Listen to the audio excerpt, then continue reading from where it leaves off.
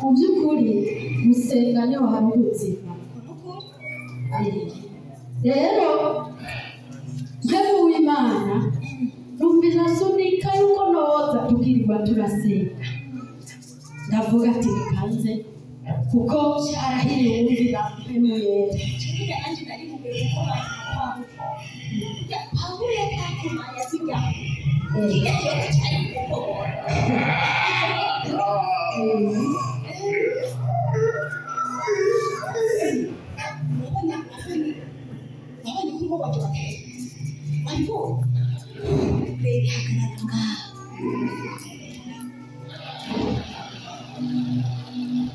Tingira ngaho nanjye ntigire hari asohoka n'umwana wanjye ndakurahi ayisweye umwana wanjye ntawe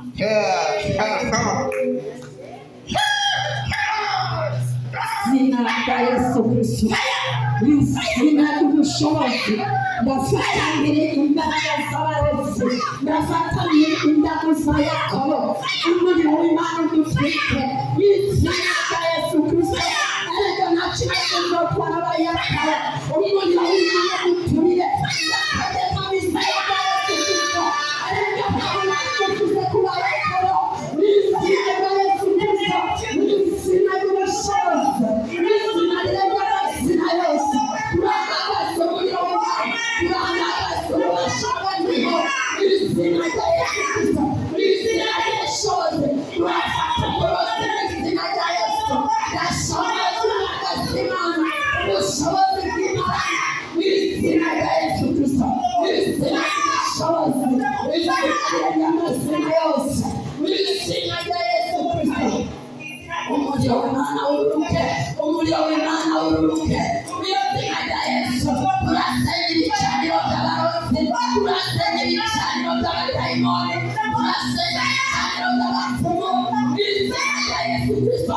Igicaniro gihoraho, reka kiduze ibendera, kuko Mwami Imana uri intsinzi. Izina rya Yesu Kristo, izina ry'ubushobozi. Ndahamagara umuriro usohora umwana wawe. Ndayirukana iminsi yose bari bamuteye. Ndasagagura imbaraga z'ubupfumu, imbaraga z'uburozi. Izina rya Yesu Kristo, izina ry'ubushobozi. Yesu we, uri no Mwami Imana ubwawe. Urakoze Uwiteka. Turaguhaye icyubahiro. Turagushyize hejuru Adonai. Izina rya Yesu Kristo. Ndakanamira mwabubasha kubwiza. Erega nta bubasha bufise ku mwana w'Imana. Izina rya Yesu ndaturabara babuzima. Ndaturabara itegereza. Izina rya Yesu. Izina ry'ubushobozi. Thank you, Jesus. Thank you. Thank you. Thank you. Asante.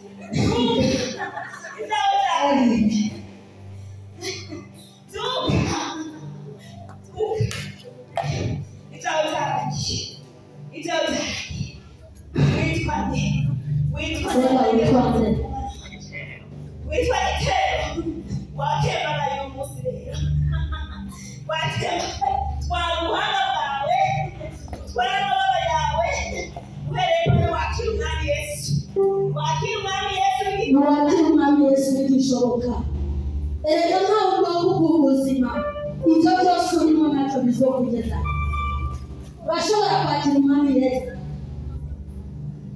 umwami Yesu kino mwakira kuti kunakuze ta umwami Yesu nikira bona nari umwami wayo wari we ukorera gusa uwo mukorera ariko uyu munsi wabonye yuko imbaraga z'umwami Yesu atazi imbaraga z'isumba ntazihari ntamazike niwakira umwami Yesu tubiramo aya majambo y'umwami Yesu umwami Yesu ndakwakiriye umbere umwami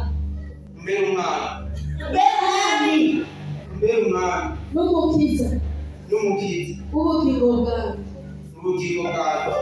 umpanagure mu gitabo cy'imanza umpanagure mu gitabo cy'imanza unyandike mu gitabo cy'ubugingo nsobana nawe ibihe bidashira uzobugingo buhoraho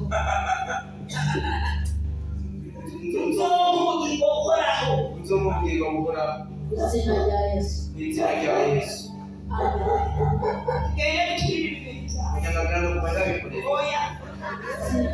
hari mwami wakiriye ntacyo uzoba kuko uwo mwami wakiriye niwarinda abantu tugende gushyira abakozi b'Imana babiturire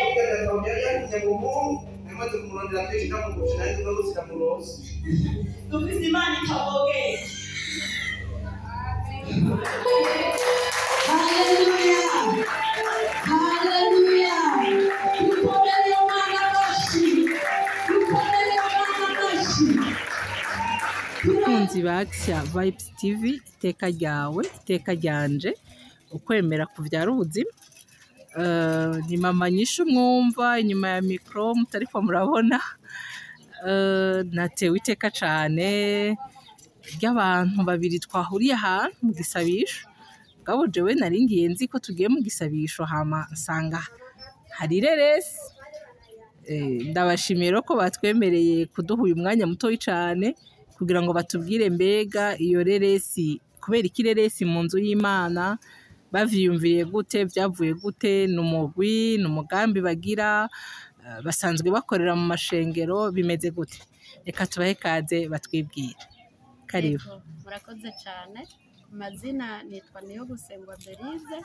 amazina niswa n'ababyeyi amazina y'umugwi Cingwe kubw'ingabire zanje nitwa Umuhoza Cingwe Beraka murakoze cyane murakoze cyane nkuko mwabitubajije twebwe izina ryanjye nitwa Barekibavuge Donatien umugwi w'inamwo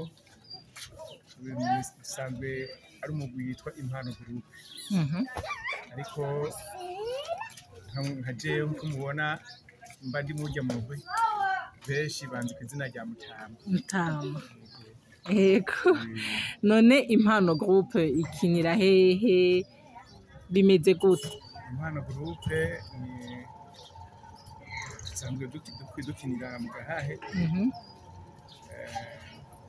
ariko keshi dukunda kubitegurira mu Gatumba rero keshi ngo duhurira ariko twese dusanzwe dusoborera tuba twigishije ko mu bisanzwe Impano Group si amafilime mwamubona nk'ay'abandi twebwe dukora mu buntu bwo kwigisha ijambo ry'Imana yego ari nayo mpamvu mwadusanze mu ishengero mukamwabonye igikino twakinye ni igikino twakinye kivanye n'ibyo tugo turacamwe muri iki gihe kandi byamyeho hari benshi bamaze kuba baza baritiranya ibintu n'ibindi mwabonye yuko bitandukanye n'ibya bindi ngamubona by'amafilime asanzwe dukina twisunze ijambo ry'Imana twisunga ijambo ry'Imana hakuru si ukuvuga ko twama dukina ibintu bitafise icyo bivako kenshi abantu bo muri iki gihe muri iyi minsi hariho abantu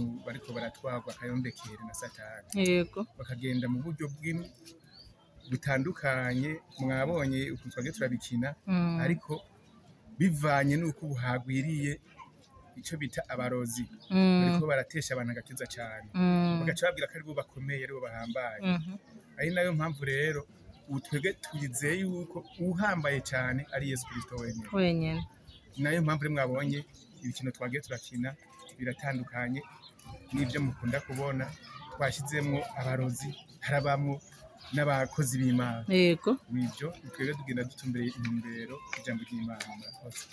None Impano Groupe yoba imaze kugira nk'udukino tungahe udushaka uturaba yodusanga he? Yego Impano Groupe novuga yatanguye kera kuko abakinyi benshi bari muri yo bahereye muri Faraja Groupe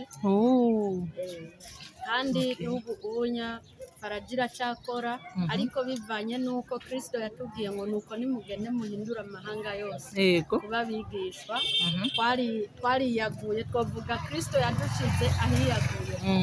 Ego rero Impano Groupe iramaze gusohora filime zibiri.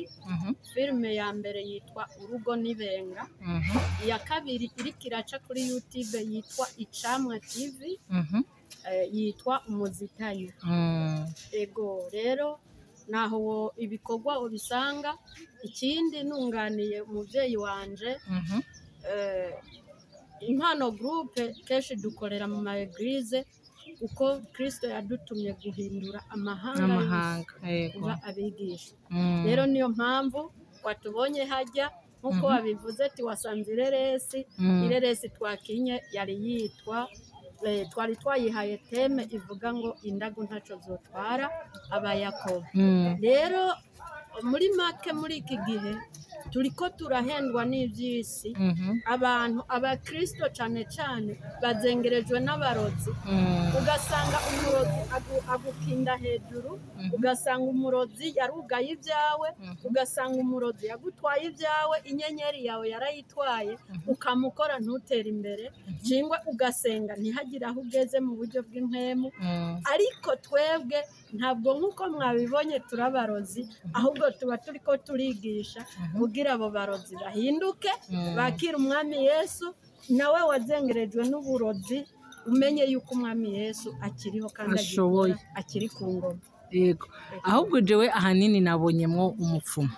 Yego hama nca ndiyumviriye cyane. Yego muba mumaze kubona yuko n'abantu bitwa ngo ni abana b'Imana, abantu bitwa ngo baramenye Imana, abantu bitwa ngo baramenye yuko umucunguzi wacu yaje akikorera ivyo vyose n'ivyo vy'amarozi birimo arashoboye. Ariko ugasanga abantu barahindutse ntibakija kuraguza mugabo baza kuraguza mu nzu y'Imana. Sinzi ko ako kantu nako muba mumaze kukabona hanyuma mukagira n'ico mubwiye abariko baratwumviriza. Ego gerageje kwishura nkuko wabibonye yagaragaye nk'umupfumu ariko yari umurozi, ariko nkuko bivuze harimo n'uwo brija umukristo ko yoja umupfumu. Rero mu nzu y'Imana uyu munsi ingene abantu bagenda ukabona mengo baje gusenga ariko baje kuraguza, benshi baza bavuga ngo ushaka kubona igitangaza, ariko ntibamenye yuko Kristo iyo umwakiriye akaba ubuzima muri wewe niwe gitangaza ca mbere. Ugasanga nk'akarorero umuntu aje gusenga akavuga ngo naka avugishijwe birashoboka, wavugishijwe birakunda, ariko nakubwira n'abariko baradukurikirana yuko igihe wizeye umwami niyo ari buye ryovuga birashoboka.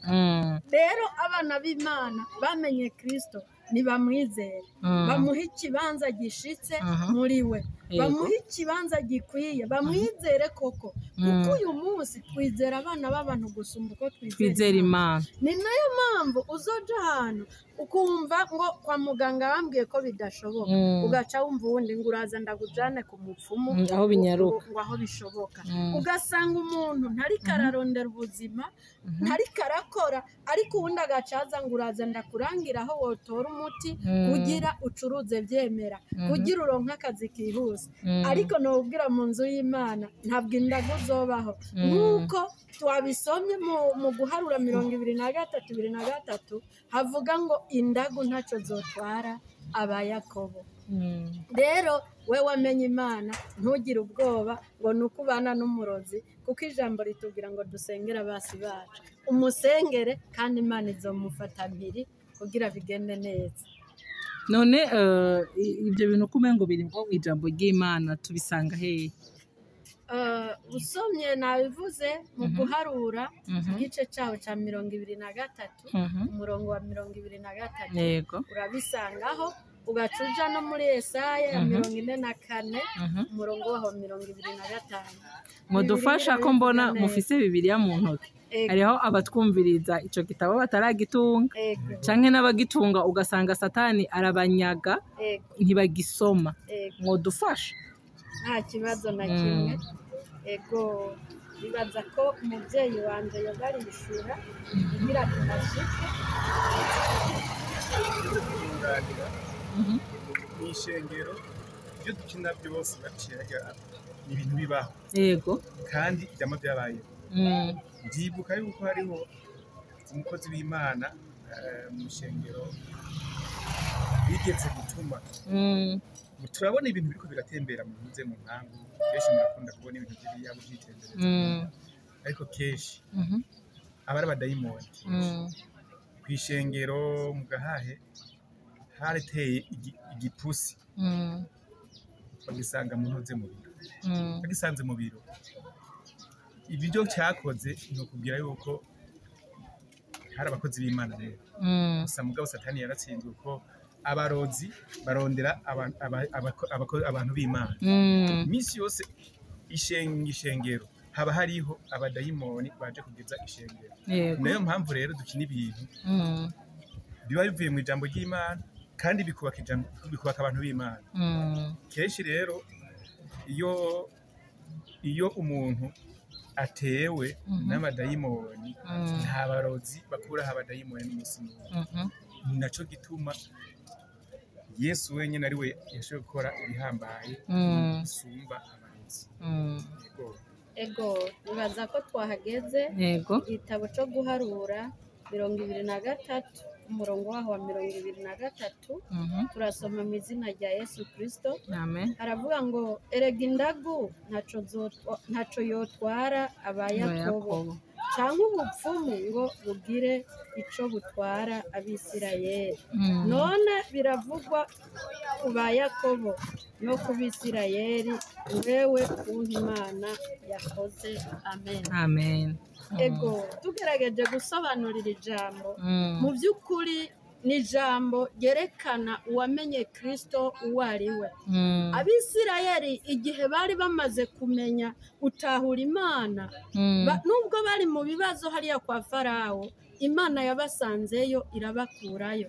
Hari ibyari bibazigirije, hari ibyari bibabangamiye, hari ibyari bibageramiye, ariko uhoraho nyene ingabo abagirira neza. Nico gituma wewe mwene data uri kurakurikira ubu butumwa bwiza ntugacike intege ntukananirwe nubwo ubona ibibazo ari byinshi, nubwo ubona uburwayi bukuzengereje, nubwo ubona rasiyo kugira uyironke ari ikibazo, ariko no gutangariza ndakubwira ngo indagu ntaco zotwara abayakobo. Izo ndagu ntabwo ari ukuvuga ngo ni yamareba yamangetengete gusa. Hari indagu z'isaku, hari indagu z'amajambo, hari indagu z'ubugwayi, hari indagu z'ubukene.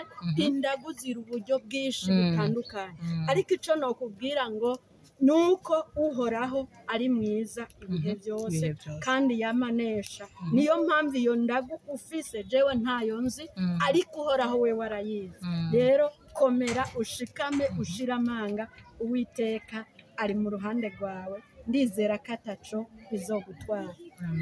Ego bakirondera hahandi ha kabiri batubwira, nanje nashaka kubwira abantu bariko baratwumviriza, murakunda kumva kuri Alex yatuvuga ngo ukwemera kuvyara ubuzima.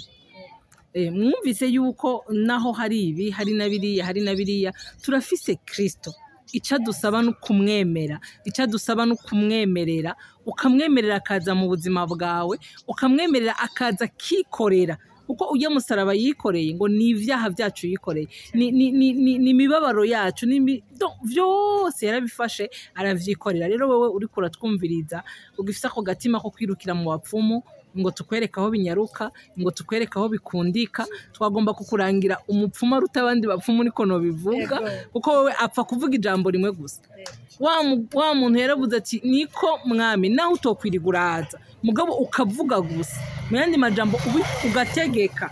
Wa wundi mugore nawe acavuga ngo wo bikunda gusa mwami. Wa wundi nawe acavuga aca ariyumvira agira ukwizera kudasanzwe ngo akora ku buyonga bw'impuzu yiwe kandi arakira. Rero turiko turabwira abantu muri ko muratwumviriza ngo Kristo ariho, yaje ku bwanje, yaje ku bwawe, yaje ku bwacu, yaje kugira ngo turonke ubuzima bwisaguye, nahawe nanje rero kumwemera kugira ngo turonke ubugingo budashira. Ego reka dusome ya jambo ry'Imana atari iry'umwana w'umuntu dusanga muri Yesaya igice cya 44 umurongo wa 45 haravuga ngo indagu z'abanyabinyoma ndazihindura ubusa, abapfumu nkabateza ibisazi, nsubiza inyuma abanyabwenge ubwenge bwabo nkabuhindura ubusa. Amen.